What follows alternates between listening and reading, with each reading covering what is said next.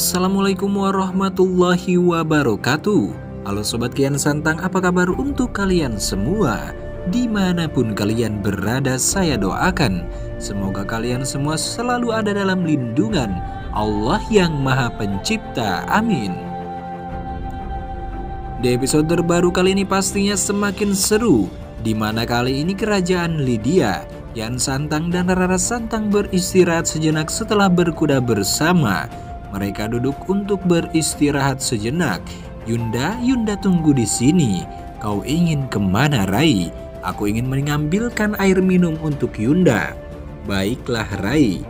Pangeran Croesus ikut bersama Kian Santang, karena Kian Santang tidak bisa ditinggal sendiri saat masuk ke kerajaan Lydia, karena kerajaan Lydia adalah kerajaan yang sangat luas.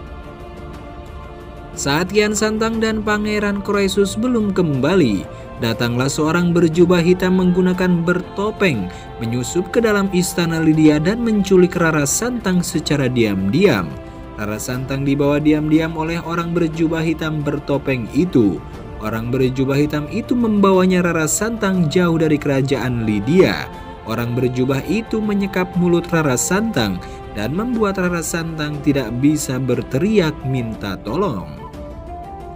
Orang berjubah hitam itu membawa Rara Santang ke dalam goa misterius. Saat masuk ke dalam goa, terdapat sesajen dan ritual semacamnya.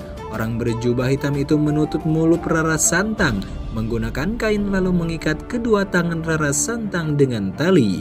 Ia membawa Rara Santang ke tempat semacam ritual persembahan. Orang berjubah itu mendorong Rara Santang hingga jatuh, lalu ia duduk di depan Rara Santang sembari memegang sesajennya. Maafkan aku Tuan Putri cantik, karena aku harus menumbalkanmu.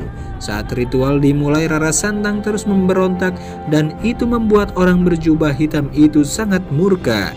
Ia mengambil cambuk lalu mencambuk Rara Santang dengan sangat kuat.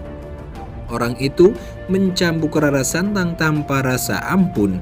Rara Santang menangis dan merintih kesakitan. Ia tidak bisa berbuat apapun karena keadaannya sedang terikat. Cambukan yang sangat keras dari orang berjubah hitam itu membuat luka di lengan dan dahi Rara Santang dan membuat Rara Santang jatuh pingsan. Selanjutnya Kian Santang yang baru saja kembali dari dalam istana menyadari bahwa kakak perempuannya Rara Santang tidak ada di istana. Yunda, kemana Yunda Rara Santang? Ucap Kian Santang dengan raut wajah khawatir. Raden, mungkin saja ada yang menculik Nyimas Rara Santang, jawab Pangeran Croesus. Ya Pangeran, kau benar.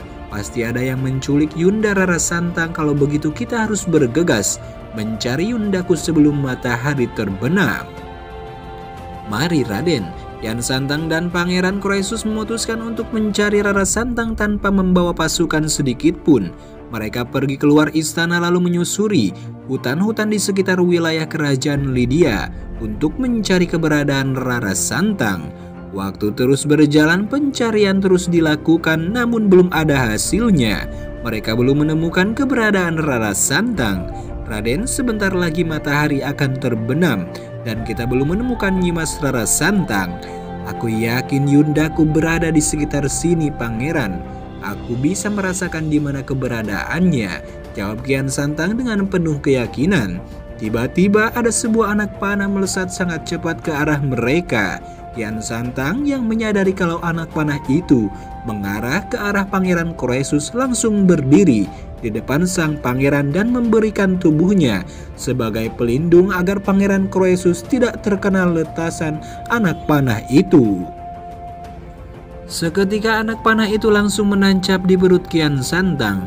Raden, teriak Pangeran Croesus dengan cepat. Ia menghampiri Kian Santang yang sudah kehilangan keseimbangan karena tertancap anak panah di perutnya membuatnya jatuh ke pelukan Pangeran Croesus. Pangeran, aku mohon kepadamu untuk mencari Yundaku Rara Santang, ucap Kian Santang terbata-bata sembari menahan rasa sakitnya. Aku berjanji akan mencari Nyimas Rara Santang sampai ketemu Raden. Namun sebelum itu biarkan aku membantu mengobati dirimu, jawab Pangeran Croesus. Jangan pedulikan diriku, Pangeran. Aku baik-baik saja di sini. Pergilah dari sini dan cepat temukan Yundaku Rara Santang, balas Kian Santang. Napasnya semakin lemah, matanya mulai sayup-sayup dan akhirnya Raden Kian Santang teriak Pangeran Koresus dengan sekuat-kuatnya. Ia tak kuasa menahan air matanya. Ia menangis sembari memeluk teman dekatnya yang sudah ia anggap seperti saudara kandungnya sendiri. Pangeran Koresus melepas pelukan Kian Santang secara perlahan lalu membawanya bersandar di pohon. Ia menatap wajah Kian Santang dengan penuh rasa kesedihan. Ia mengambil telapak tangan Kian Santang yang sudah dilumuri darah akibat anak panah tadi. Pangeran Koresus menggenggam tangan Kian Santang dengan syarat erat. "Raden, aku berjanji kepadamu kalau aku akan mencari Yundamu Rara Santang, maka itulah yang akan aku lakukan." "Maafkan temanmu ini, Raden," ungkap Pangeran Koresus diiringi tangisan di wajahnya. Ia tak punya pilihan lain selain meninggalkan Kian Santang sendirian di dalam hutan. Kian Santang sendiri yang meminta dirinya untuk meninggalkannya dan jangan memperdulikannya. Maka itulah yang dilakukan oleh Pangeran Koresus. Walaupun hatinya menolak untuk meninggalkan Kian Santang sendirian di dalam hutan, Pangeran Koresus mulai berjalan menjauh dari tempat Kian Santang untuk mencari keberadaan Rara Santang.